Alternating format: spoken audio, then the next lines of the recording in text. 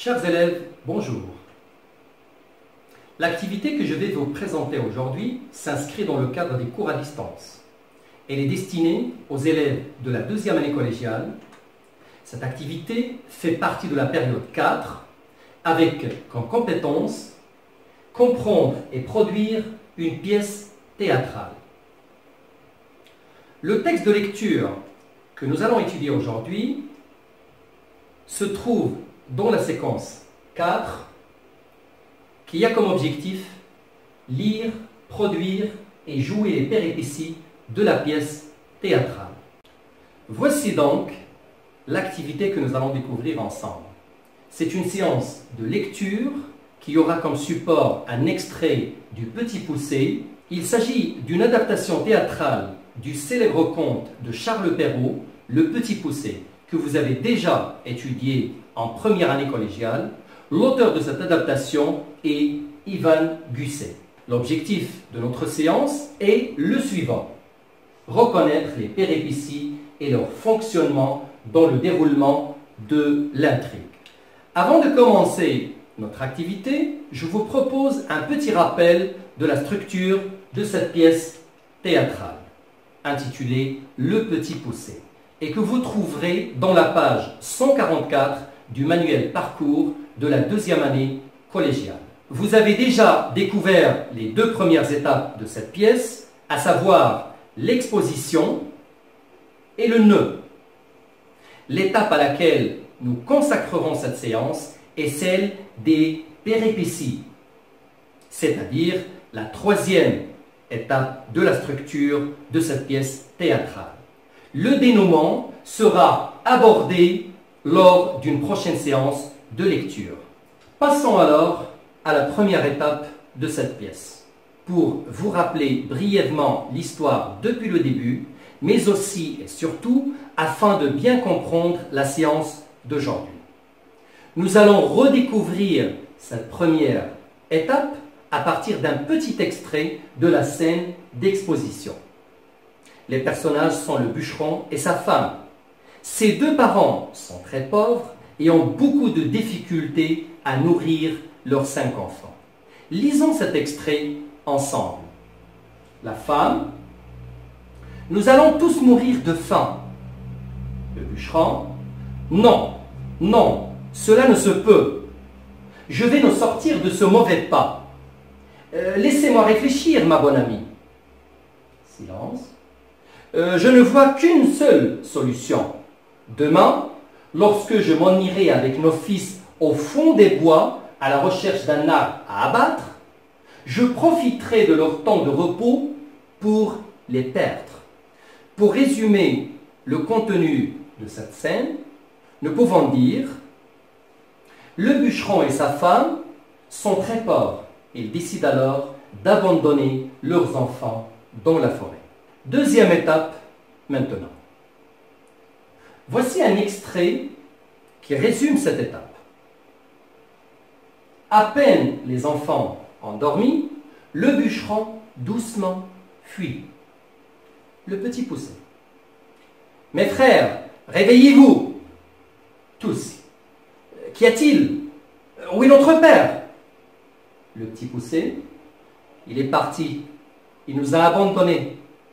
Tous: abandonnés? Quel malheur, pauvre de nous! Comme vous pouvez le constater, le bûcheron a bel et bien abandonné ses enfants dans la forêt. Et la nuit ne tardera pas à tomber. Pour résumer ces deux premières étapes, nous pouvons dire: pour la scène d'exposition, le bûcheron et sa femme sont pauvres et décident d'abandonner leurs enfants. Pour le nœud, nous pouvons dire: le bûcheron a abandonné ses enfants dans la forêt. Après avoir rappelé les deux premières étapes de la structure de cette pièce, nous pouvons commencer notre activité qui sera consacrée, comme nous l'avons dit au début, à la troisième étape, à savoir les péripéties. Passons alors à la découverte du document support qui se trouve dans la page 144 du manuel scolaire Parcours. Lecture: reconnaître les péripéties et leur fonctionnement dans le déroulement de l'intrigue. Comme vous pouvez le remarquer, le document est composé de deux scènes, la première scène et la deuxième scène, qui font partie de l'acte 2. Au début de ce document support, comme vous pouvez le constater, il y a un chapeau. Mais ce n'est pas un chapeau qui fait partie de la pièce théâtrale. C'est un chapeau écrit par les auteurs du manuel, et non pas l'auteur de la pièce théâtrale, à savoir Ivan Gusset. Je vous lis ce chapeau. Après l'échec de la première tentative de faire perdre les enfants dans la forêt, le bûcheron tente une deuxième fois le même projet. Vont-ils réussir à retrouver le chemin de la maison? C'est ce que nous allons découvrir dans ces deux scènes qui vont suivre. L'objectif de ce texte, qui est un chapeau écrit par les auteurs du manuel, est tout simplement celui de rappeler à l'élève tous les événements précédents qui vont lui permettre de bien comprendre la suite de l'action dramatique. Comme vous pouvez le constater dans ce chapeau, le bûcheron avait déjà fait une première tentative afin de faire perdre ses enfants. Mais ces derniers avaient réussi à retrouver le chemin de la maison grâce à l'intelligence du petit poucet. Mais qu'avait-il fait, ce tout petit garçon? Eh bien, tout simplement, il avait semé tout au long du chemin des petits cailloux blancs, ce qui lui a permis de retrouver facilement le chemin du retour vers la maison. Mais qu'est-il de cette fois-ci? Le petit poucet aurait-il une nouvelle astuce pour se sauver, lui et ses 4 frères? C'est ce que nous allons découvrir durant cette séance. Voici donc la première scène que nous allons analyser tout de suite. La scène commence dans les bois. Les 5 frères cherchent leur chemin. Ils se lamentent et pleurent tous, sauf le petit poucet qui ne veut pas se laisser décourager. Le petit poucet aperçoit une lumière au loin. Le petit poucet. Mes frères, j'ai aperçu une lumière au loin. Ne perdez pas courage. Frère 1, ne nous donne pas de faux espoirs. Frère 2, nous allons nous faire manger par des loups. Frère 3, nous allons mourir de faim. Frère 4, nous allons mourir de soif. Le petit poucet, marchons vers cette lumière. Nous verrons bien. Il se met en marche et arrive devant la porte d'un château. Passons au tableau suivant. Tableau 1. Personnage, le petit poucet et ses 4 frères. Lieu, la forêt. La scène commence dans les bois, ce que nous pouvons dire dans le chapeau. Le temps, c'est la nuit. Le petit poucet aperçoit au loin une lumière. Proposition du petit poucet, il propose à ses frères de marcher vers la lumière qu'il a aperçue. Donc, comme nous pouvons le voir, après avoir été abandonnés par leur père, les enfants doivent relever un nouveau défi, celui d'éviter de passer la nuit dans la forêt avec tous les risques qu'on peut retrouver dans une forêt, à commencer par des animaux dangereux par exemple, comme des loups. Deuxième tableau maintenant. Le petit poucet et ses 4 frères, c'est-à-dire nous allons essayer de faire une petite comparaison entre la réaction du petit poucet et la réaction de ses frères après avoir été abandonnés par leur père. Donc le petit poucet, on peut relever chez lui du courage. Par exemple, il ne veut pas se laisser décourager. Information que nous pouvons relever dans le chapeau de la scène. Et puis, pour ses frères, nous pouvons parler de la peur. Pourquoi?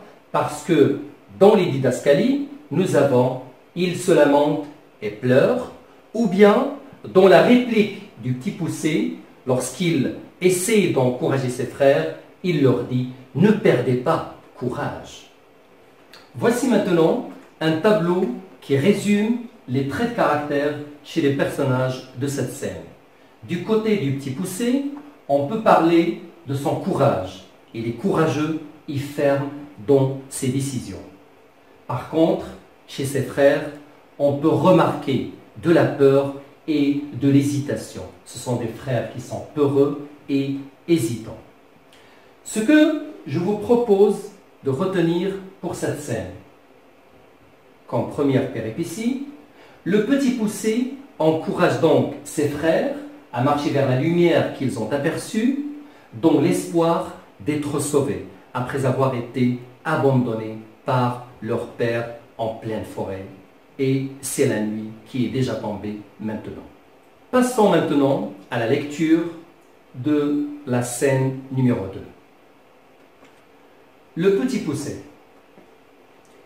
Eh bien, mes frères, ne vous l'avais-je pas dit, un château. Frappons et demandons l'hospitalité.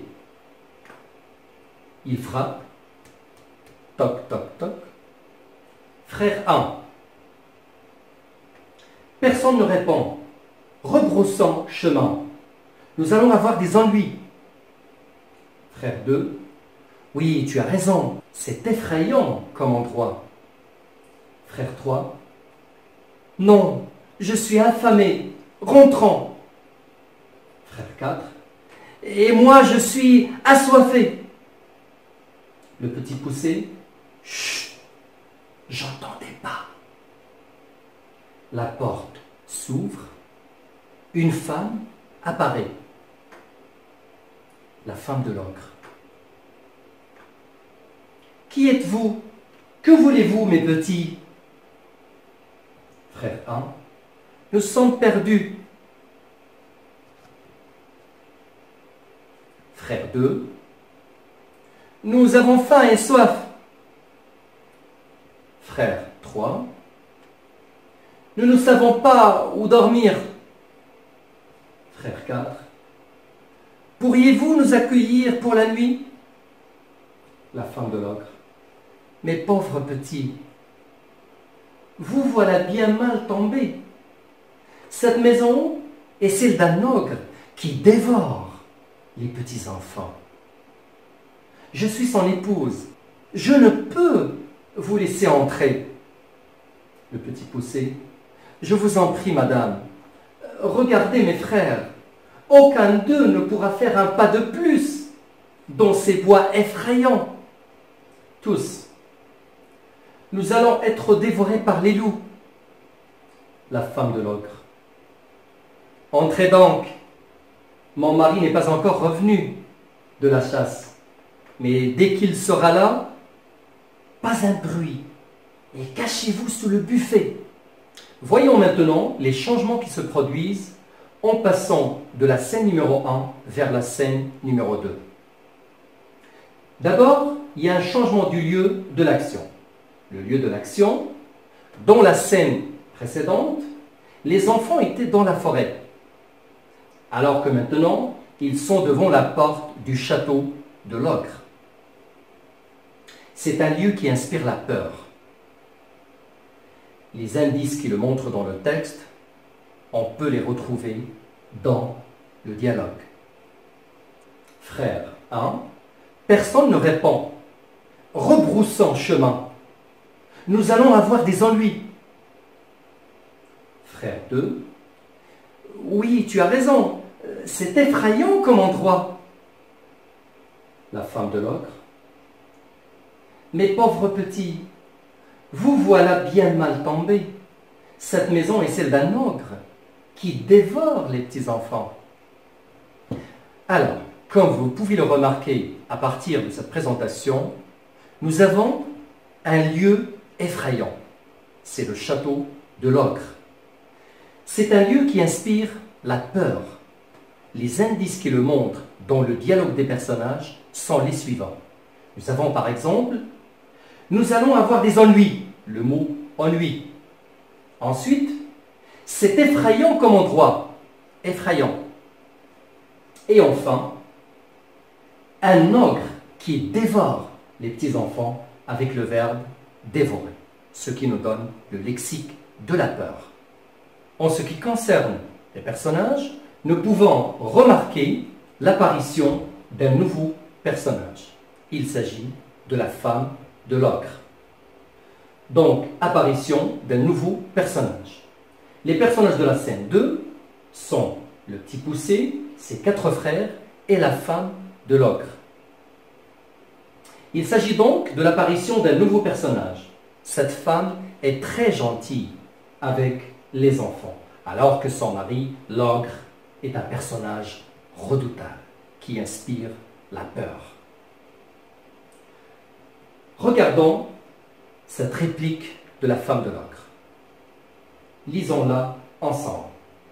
Cette maison est celle d'un ogre qui dévore les petits-enfants.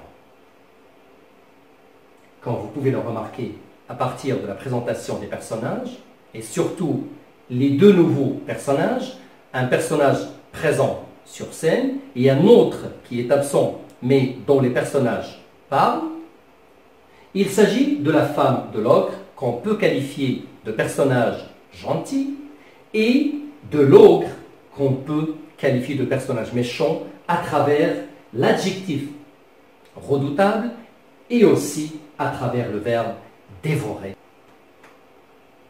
La péripétie que nous pouvons retenir de la deuxième scène est la suivante. Le petit poussé et ses frères sont exposés à un nouveau défi. La femme de l'ogre les a avertis du danger qui les guette dès le retour de l'ogre, son mari. Or, les enfants refusent de partir. Pourquoi? Parce que ils ont faim et soif, ils sont très fatigués et ils ont peur de passer la nuit dehors ou d'être dévorés par les loups. Donc, comme vous le voyez très bien, le petit poussé et ses frères sont devant 2 choix difficiles. Celui de rester dans la maison de l'ogre, d'y passer la nuit et d'affronter un personnage redoutable, comme nous l'avons déjà expliqué, à savoir l'ogre qui n'est pas encore revenu de la chasse. Et le deuxième choix, c'est de partir, de quitter le château de l'ogre, avec tous les dangers de la forêt pendant la nuit. Les enfants ont déjà parlé par exemple des loups. Je vous propose maintenant de récapituler tout ce que nous avons vu depuis le début en ce qui concerne la 3e étape de la structure de la pièce théâtrale, les péripéties. Donc, ce que nous pouvons retenir à propos de cette étape dans la pièce du petit poussé, les péripéties sont des événements inattendus qui surviennent et qui modifient le déroulement de l'action. Comme première péripétie, dans la première scène, nous avons retenu le petit poussé encourage ses 4 frères à marcher vers la lumière qu'ils ont aperçue dans l'espoir d'être sauvés. Or, ils se sont retrouvés dans un château qui appartient à un ogre. Comme deuxième péripétie, en ce qui concerne la deuxième scène, nous avons relevé la péripétie suivante. Les enfants qui avaient l'espoir d'être sauvés se retrouvent dans la maison de l'ogre. Donc, c'est une nouvelle complication. Les enfants sont exposés à un grand danger maintenant. Ils risquent d'être dévorés par l'ogre. Mais comme nous l'avons déjà expliqué au cours de cette analyse, les enfants n'ont pas vraiment d'autre choix. Ou bien celui de passer la nuit dans le château de l'ogre, ou bien celui de sortir et de s'exposer à un autre danger dans la forêt. Je vous propose maintenant de passer à un exercice d'application. Le texte que je vous propose est extrait de la même pièce dont nous avons étudié 2 scènes aujourd'hui, à savoir le petit poussé d'Ivan Gusset. C'est la scène numéro 3, c'est-à-dire la suite directe des deux scènes que nous avons analysées ensemble. Passons à la lecture de la scène. Scène 3. Le petit poussé et ses frères entrent et se mettent à table. Après quelques instants, un grand bruit de porte se fait entendre, puis de lourds bruits de pas. Les enfants sursautent tous ensemble.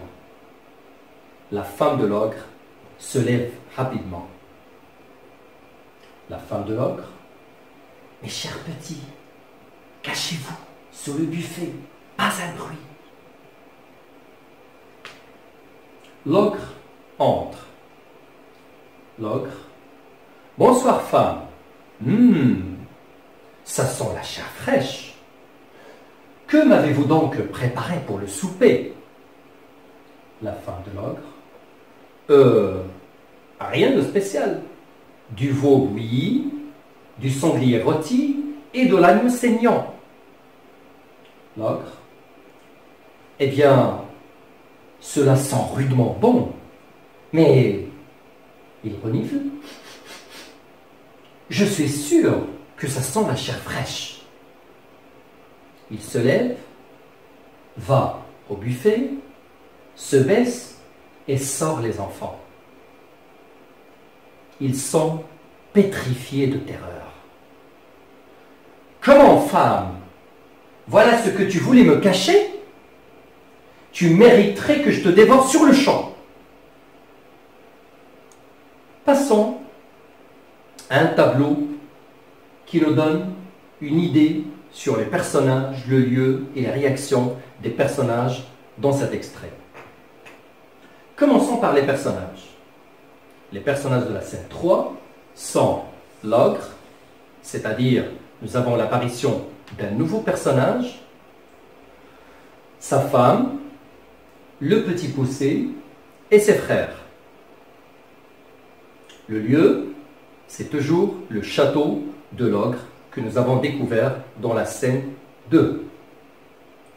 Voyons maintenant les réactions des personnages. Lorsque l'ogre rentre chez lui, parce qu'il était dans une partie de chasse, il est surpris de sentir de la chair fraîche. Voici un extrait de la scène 3. Je suis sûr que ça sent la chair fraîche. Sa femme lui cache la vérité pour sauver les enfants. L'ogre lui adresse la parole lorsqu'elle retrouve les enfants cachés sous le buffet. Comment, femme?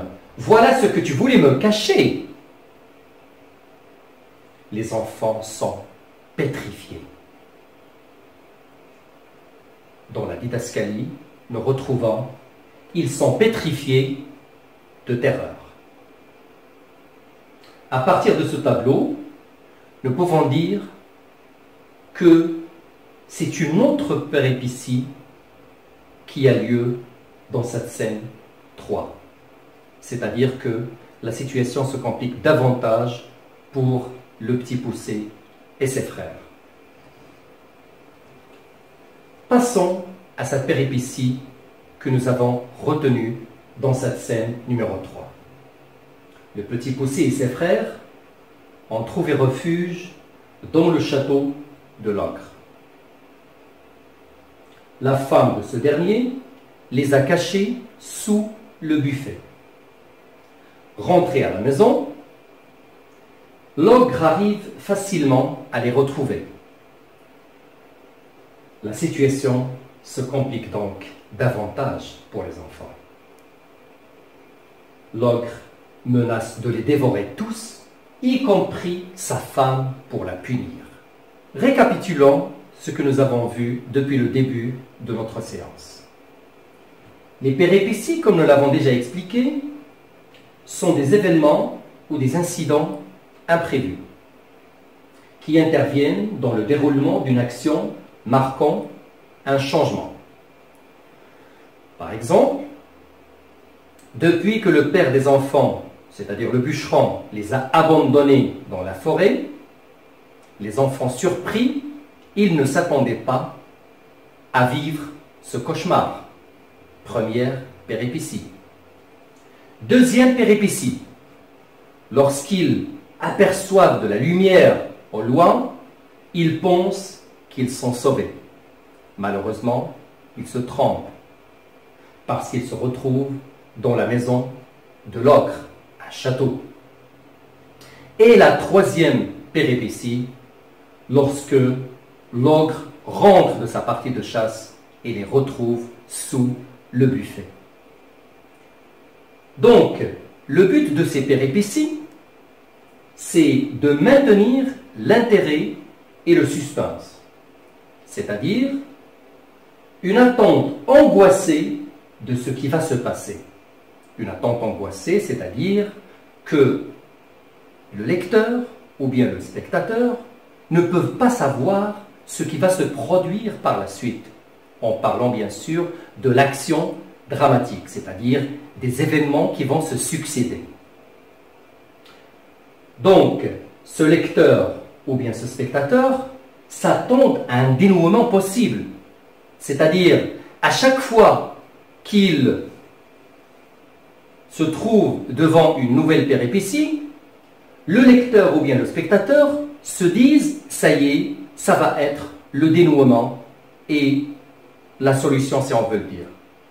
Mais lorsque cette solution ne se produit pas, on considère ça comme une autre péripétie, c'est-à-dire des péripéties successives. Voilà, comme ça, notre activité touche à sa fin. Jusqu'à présent, nous avons vu la scène d'exposition, le nœud et les péripéties. Je vous conseille vivement de lire la suite de l'histoire. Elle est vraiment très captivante et très touchante. Et surtout, la fin de la pièce. Voilà, je vous dis au revoir et je vous donne rendez-vous pour une nouvelle activité. Au revoir.